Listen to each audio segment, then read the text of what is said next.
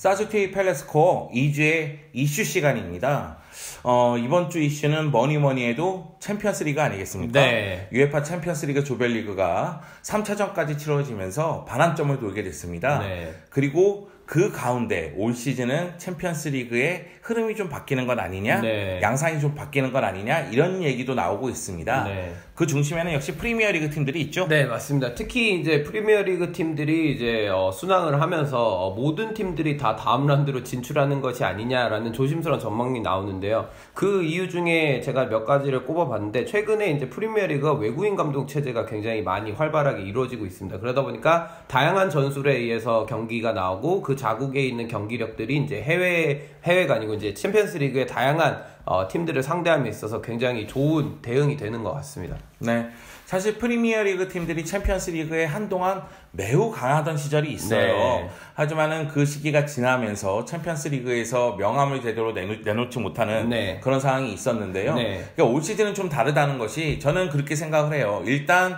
프리미어 리그 내의 우승 경쟁이 더욱더 치열해졌습니다. 네. 그러니까 지난 시즌부터 굉장히 치열해졌고요. 네. 그리고 올 시즌 조별리그 조편성을 봤을 때 프리미어 리그 팀들에게 유리하게 작용하는 면도 있었어요.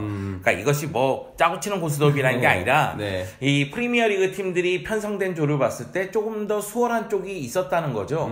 물론 제가 얘기하는 건 첼시하고 토트넘은 제외입니다. 그쵸, 네. 근데 이 팀들도 경쟁력을 갖고 있기 때문에 그쵸, 네. 역시 이 조별리그에서 좋은 모습을 보여주고 있는 것 아닌가 이런 생각이 들고 네. 항상 잘하는 쪽이 있으면은 못하는 쪽이 있잖아요. 그쵸, 네. 저는 개인적으로 생각했을 때 올 시즌은 초반 얘기지만 네. 지난 시즌까지 챔피언스리그에서 매우 강세를 보여줬었던 팀들 그 중에서 두 팀, 유벤투스하고 바이에른 뮌헨이 초반에 조금 흔들렸거든요. 네. 근데 이런 부분들이 이 챔피언스 리그에도 영향을 좀 미친다. 네. 이런 측면으로 좀 생각이 들더라고요. 네.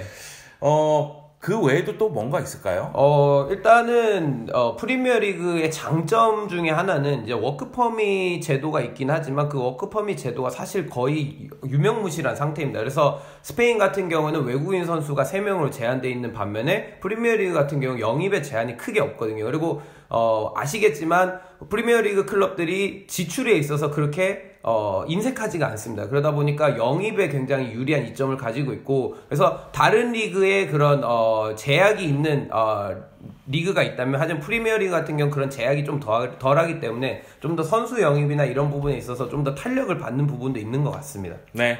그리고 아마도 프리미어리그 팀들이 올 시즌은 챔피언스리그에 대한 야망을 숨기지 않을 가능성이 큽니다. 네. 그 얘기는 이제 칼을 갈고 나왔다는 거죠. 네. 그리고 사실 최근 몇 시즌 동안 레바민이라고 해서 네.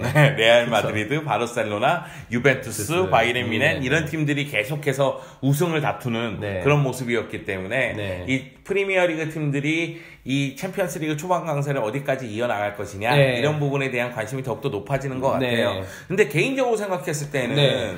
역시 이제 프리미어리그 팀들 중에서는 맨체스터 시티가 가장 네. 관심을 받고 있잖아요. 그렇죠. 맨체스터 시티와 나폴리 경기가 사실 거의 빅매치에 가까운 성격이 있었습니다. 왜냐하면 나폴리도 리그에서 굉장히 순항을 하고 있고, 맨체스터 시티는 뭐 거의 경기당 골이 거의 3골 가까이 되더라고요. 그래서 상당히 공격력적인 모습을 많이 보여주는데, 이 경기는 제가 봤을 때는 수비적인 부분에서 명암이 갈렸다고 봅니다. 이제 후방 빌드업이 양쪽 다 10차례에서 11차례 정도 나왔었는데, 이제 맨시티 같은 경우는 상대가 후방 빌드업에 대한 대응을 11차례 압박을 통해서 10차례 공을 따냈었고요. 그 다음에 나폴리 같은 경우에는 11차례 중에 1차례밖에 성공을 못했습니다. 그래서 앞선에 있는 압박의 강도가 나폴리가 조금 더 약했었고, 이 이점을 살린 맨시티가 굉장히 좋은 모습을 보여주면서 2대1로 승리를 거뒀었죠. 네. 지금까지의 경기력을 놓고 봤을 때 챔피언스 리그에서도 절대 강자라고 표현할 수 있는 팀은 맨체스터 시티예요. 네. 그러니까 레알 마드리드도 나름대로 문제를 드러내고 있고, 바르셀로나도 계속해서 메시에 대한 의존도가 높다는 사실이 드러나고 있거든요. 네. 그리고 파리 생제르맹 같은 경우에는 여전히 내부적으로 무언가 문제가 있어요. 네. 그것은 뭐 네이마르가 에이스 역할을 한다 할지라도 카바니아하고 다툼도 있었고, 네. 그런 관계에서 무언가 문제를 일으킬 가능성이 좀 있다 네. 이렇게 보이는데, 네. 그런 측면에서 봤을 때 맨체스터 시티는 뭐 리그에서도 그렇지만 챔피언스 리그에서도 승승장구하고 있는 그쵸. 모습이고 워낙에 공수에서의 아기자기함 그리고 짜임새 이런 부분들이 좋다 보니까 챔피언스 리그에서도 좋은 모습을 보여주고 있고 세리아에서 8연승을 달리는 나폴리를 상대로도 승리를 거두는 모습이 나왔습니다. 저는 개인적으로 생각했을 때 레알 마드리드와 토트넘 경기가 상당히 관심을 집중했던 그런 경기인데요. 레알 마드리드 입장에서는 올 시즌 초반에 부상 선수도 있고 여러 가지 악재가 겹치면서 좀 어려움을 겪고는 있지만 역시 디펜딩 챔피언이고 크리스티아노 호날두가 챔피언스 리그에서는 매 경기 2골씩을 넣고 있었거든요. 물론 이제 토트넘전에서도 골을 넣긴 했지만 그리고 이제 토트넘을 홈으로 불러서 대결을 펼쳤는데 토트넘이 사실 이 경기에서 무승부를 가져감으로 인해서 올 시즌 챔피언스 리그에서의 눈높이를 좀 더 높이지 않았을까 그런 생각이 들더라고요. 이게 워낙에 토트넘 입장에서는 굉장히 어려운 경기였는데 그럼에도 수비 쪽에서의 안정감을 끝까지 유지를 해주면서 1대1 무승부를 거뒀으니까요. 근데 개인적으로는 제가 해설했던 경기 아포엘과 도르트문트 경기가 조금 그 강한 인상이 남았어요. 제가 해설해서 그런 게 아니라 도르트문트가 사실 분데스리가에서는 물론 지난 리그 경기에서 라이프치히에게 패배를 당했다 할지라도 그 전까지는 무패 행진을 이어갔었거든요. 그런데 제가 올 시즌 도르트문트 경기를 실시간으로 보는 경기 있잖아요. 그 경기들에서는 도르트문트가 정말 나빴어요. 왜냐면은 뭐 레알 마드리드, 토트넘에게 각각 1대3으로 패배했고 라이프치히에게 2대3으로 패배했고 막 이랬었거든요. 일단 도르트문트가 사실 이 레알 마드리드, 토트넘과의 경쟁에서 그래도 경쟁력을 갖고 있지 않을까? 이런 생각이 들었었는데 올 시즌 분위기가 너무 나쁘니까 지금 조별리그 3경기에서 승리를 거두지 못했거든요. 이런 부분에서 봤을 때는 올 시즌은 도르트문트가 챔피언스 리그에서 16강 이상을 바라보기엔 좀 어려운 상황이 된 것 아닌가? 오히려 이제 유로파리그 쪽을 봐야 되지 않나? 이런 생각이 들면서 좀 아쉬움이 남더라고요. 그 외에도 눈여겨볼 팀이 있었나요?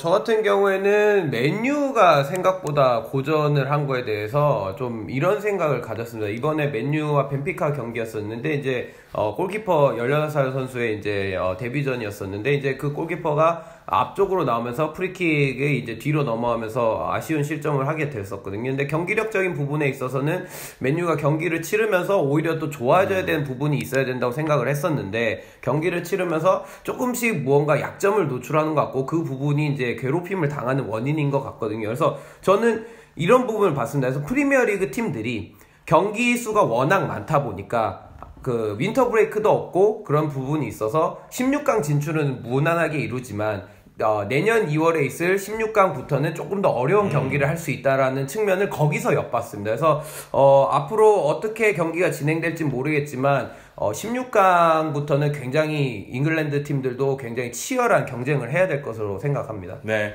그러니까 첼시하고 로마도 굉장히 치열한 대결을 펼치지 않았습니까? 이 C조도 상당히 재미난 게 좀 전에 제가 레알 마드리드, 토트넘, 도르트문트가 있는 H조 말씀을 드렸는데 도르트문트가 좀 무너지는 감이 있으면서 레알과 토트넘이 치고 나갔다면은 C조 같은 경우에는 아틀레티코 마드리드가 승리를 거두지 못하면서 첼시하고 로마가 치고 나가고 있는 상황이 됐거든요. 근데 그런 측면에서 봤을 때는 아틀레티코의 부진 뭐 또는 라리가 쪽에서 온다면 세비야의 부진 이런 부분들이 좀 아쉬울 수 있는데 그럼에도 불구하고 이 프리미어리그 팀들이 16강 진출한다 할지라도 마지막 순간에는 지금 이 팀들이 다 우승 경쟁을 하는 거예요. 그러면 막판으로 갈수록 우승 경쟁이 굉장히 치열해진다는 거죠. 이것은 이제 프리미어리그 내의 얘기입니다. 반면에 무슨 소리야. 라리가 같은 경우에도 레알 마드리드, 바르셀로나는 경쟁하잖아. 그렇습니다. 그러나 엘 클라시코는 리그에서 2경기밖에 없습니다. 레알 마드리드와 바르셀로나도 챔피언스 리그를 치르는 과정에 있어서 힘을 뺄 경기에서는 로테이션을 적극적으로 돌릴 수가 있거든요. 그러면서 앞으로 나아갈 수가 있다는 거죠. 그리고 바이에른 뮌헨 같은 경우에도 뭐 하인케스 감독이 오면서 분위기를 완전히 바꾸는 경기 결과를 갖고 왔지만 이제 도르트문트가 리그에 집중할 가능성이 커졌기 때문에 분데스리가 막판까지 도르트문트하고 경쟁한다면은 챔피언스 리그에 집중할 수 있는 상황이 안 될 수도 있습니다. 그럼 선택과 집중의 시기가 온다는 거죠. 이런 부분들이 아마 후반기로 갈수록 이 챔피언스 리그의 변수가 되지 않을까. 그럼에도 지금까지의 프리미어 리그 팀들의 활약은 정말 눈부시다. 이것은 뭐 부인할 수가 없고요. 그리고 또 한 가지 저는 한 가지 말씀드리고 싶은 것은 역시 호날두와 메시는 건재하구나. 그렇죠. 제임스 안에서 특히나 더 메시가 이제 100번째 골을 넣기도 했는데 네. 호날두도 매 경기 골을 넣고 있고요. 여기에 이제 메시와 호날두의 아성에 도전하는 게 제가 생각하기에는 레반도프스키가 있고 네. 뭐 오바메양은 제가 보기에는 어렵습니다. 네. 올 시즌 챔피언스 리그에서는 레반도프스키가 있고 여기에 이제 카바니가 있을 수도 있고 네. 득점력 부분에서는 네.